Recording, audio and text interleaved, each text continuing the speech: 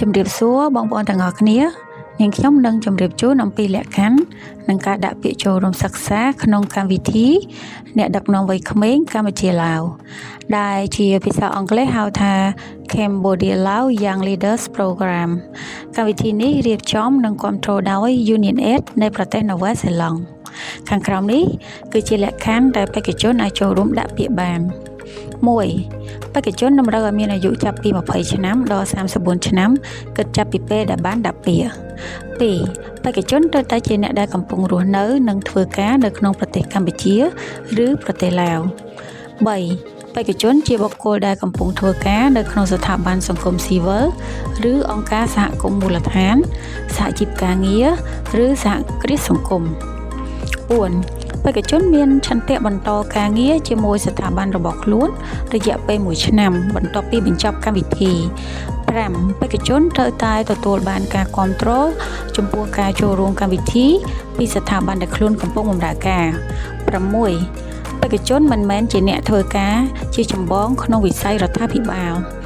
7. បេក្ខជនអាចប្រើប្រាស់និងនិយាយភាសាអង់គ្លេសបាន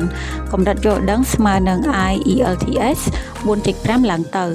8. បេក្ខជនត្រូវតែមានពេលវេលាគ្រប់គ្រាន់ដើម្បីចូលរួមក្នុងវគ្គសិក្សាពេញម៉ោងរយៈពេល2សប្តាហ៍ក្នុងខែវិច្ឆិកាធ្នូឆ្នាំ2025 9. បេក្ខជនមិនត្រូវបានចុះឈ្មោះក្នុងវគ្គសិក្សាពេញម៉ោងផ្សេងទៀតឬអាហារូបករណ៍ស្រដៀងគ្នាឡើយ 10. បេក្ខជនកាន់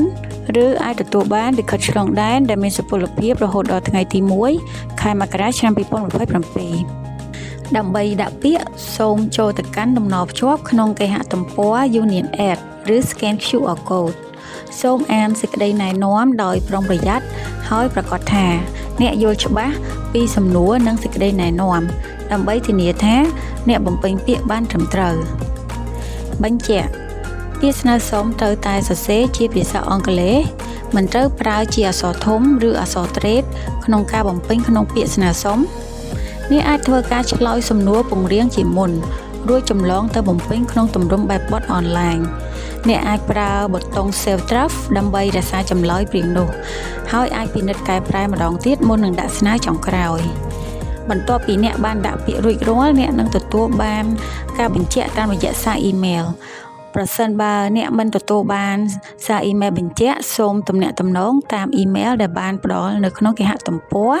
ដើម្បីប្រាកដថាពាក្យស្នើរបស់អ្នកត្រូវបានទទួលគន្លឹះមួយចំនួនសម្រាប់ជួយអ្នកឆ្លើយសំណួរបែបអត្ថាធិប្បាយត្រូវប្រាកដថាចម្លើយរបស់អ្នកមានលក្ខណៈផ្ទាល់ខ្លួននិងជាក់លាក់សម្រាប់អ្នកចម្លើយរបស់អ្នកត្រូវតែបង្ហាញពីការគិតបែបវិនិច្ឆ័យដោយប្រើឧទាហរណ៍ជាក់លាក់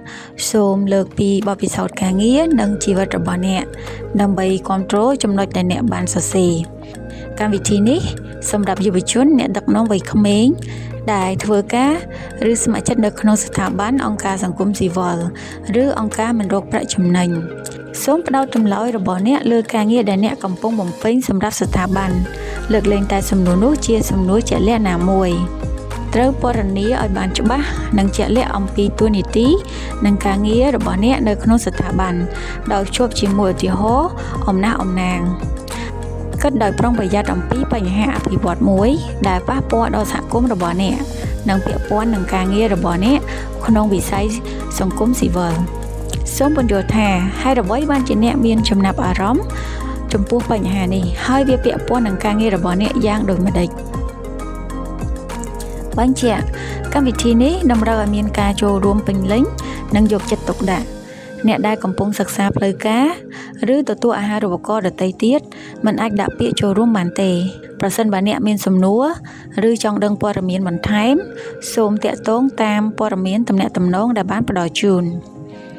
សូមអរគុណសម្រាប់ការទស្សនា